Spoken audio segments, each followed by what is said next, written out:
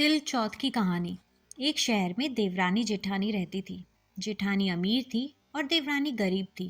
देवरानी गणेश जी की भक्त थी। देवरानी का पति जंगल में लकड़ी काट कर बेचता था और अक्सर बीमार रहता था। देवरानी जेठानी के घर सारा काम करती और बदले में जेठानी बचा हुआ खाना, पुराने कपड़े आदि उसको दे देती थी। इसी से देवरानी का परिवार चलता था। माघ महीने में देवरानी ने तिल चौथ का व्रत किया।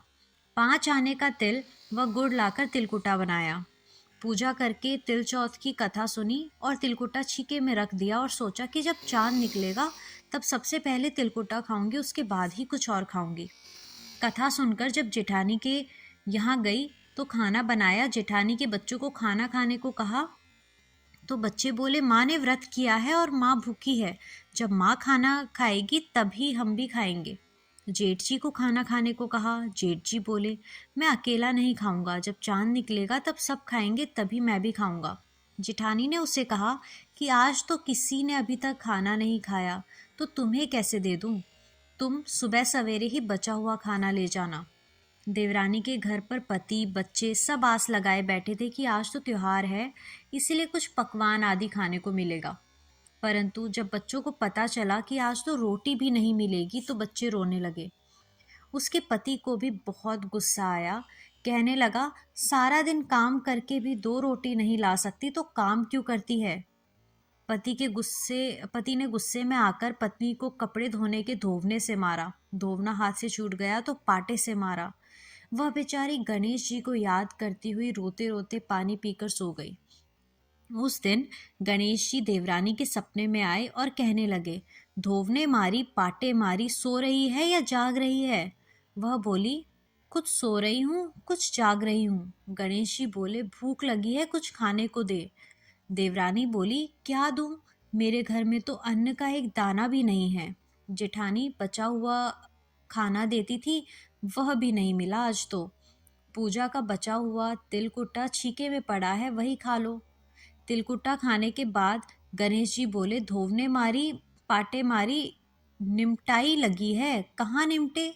वह बोली, यह पड़ा घर, जहाँ इच्छा हो निमट लो। फिर गणेश जी बच्चे की तरह बोले, अब कहाँ पोंछूं? नींद में मग्न देवरानी को बहुत गुस्सा आया कि कब से तंग किए जा रहे हैं, सो बोली, मेरे सर पे पोंछो, और कहाँ पोंछोगे? सुबह वह देवरानी उठी तो देखकर हैरान हो गई कि पूरे घर में हीरे मोती से जगमगा रहा है। सिर पर जहाँ विनायक जी पोंछनी कर के गए थे, वहाँ हीरे के टिके व बिंदी जगमगा रहे थे। उस दिन देवरानी जेठानी के यहाँ काम करने नहीं गई। बड़ी देर तक राह देखने के बाद जेठानी के बच्चों को देवरानी को बुलाने को भेजा। जेठानी ने सोचा, कल खाना नहीं दिया इसलिए शायद देवरानी बुरा मान गई है। बच्चे बुलाने गए और बोले, चाची चलो, माँ ने बुलाया है, सारा काम पड़ा है। देवरानी ने जवाब दिया, अब उसकी जरूरत नहीं है, घर में सब भरपूर है गणेश जी के आशीर्वाद से। बच्चों ने घर जाकर माँ को बताया कि चाची का तो पूरा घर हीरे मोतियों से जगमगा रहा है। जेठानी दौड़ती हुई देवरानी के पास आई और पूछा कि यह सब कैसे हुआ। देवरानी ने उसके साथ जो हुआ वो सब कह डाला। घर लौटकर जेठानी अपने पति से कहा कि आप मुझे धोवने और पाटे से मारो। उसका पति बोला कि भली मानस, मैंने कभी तुम पर अभी तक हाथ उठाया है? मैं तुम्हें धोवने और पाटे से कैसे मार सकता हूँ? वह नहीं मानी और जिद करने लगी। मजबूरन पति को उसे मारना पड़ा। उसने ढेर सारा घी डालकर चूरमा बनाया और छीके में रखकर सो गई। रात को चौथ विनायक जी सपने में आए, कहने लगे, भूख लगी है, क्या खाऊं? जेठानी ने कहा, हे महाराज, मेरी देवरानी के यहाँ तो आपने सूखा तिलकुटा खाया था, मैंने तो झरने में घी का चूरमा बनाकर छीके में रखा है, फल और मेवा भी रखे हैं, जो चाहे खा लीजिए। बाल स्वरूप गणेश जी बोले, अब निपटे कहाँ?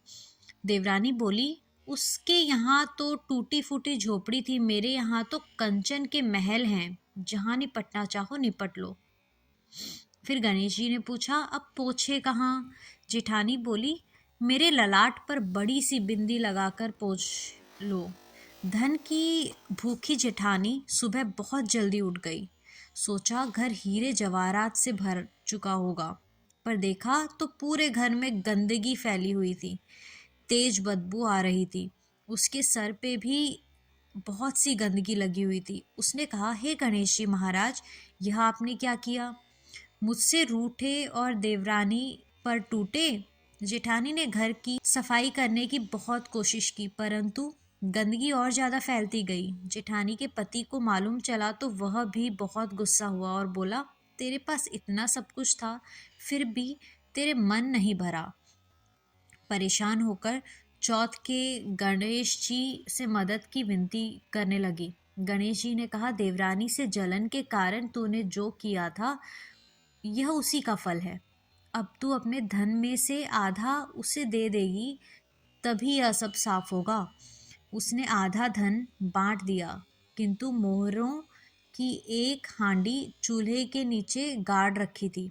उसने सोचा किसी को पता नहीं चलेगा और उसने उस धन को नहीं बांटा। उसने कहा, हे श्री गणेश जी, अब तो अपना यह बिखरावट समेटो।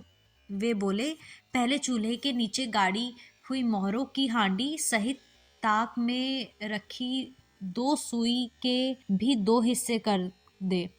इस प्रकार गजानन ने बाल स्वरूप में आकर सुई जैसी छोटी चीज का भी बंटवारा किया और अपनी माया समेटी। हे गणेश जी महाराज, जैसे आपने देवरानी पर कृपा की वैसे सब पर करना। कहानी कहने वाले, सुनने वाले व हुकारा भरने वाले सब पर कृपा करना। किंतु जेठानी को जैसी सजा दी वैसी किसी को मत देना। बोलो गणेश जी महाराज की जय, चौथ माता की जय।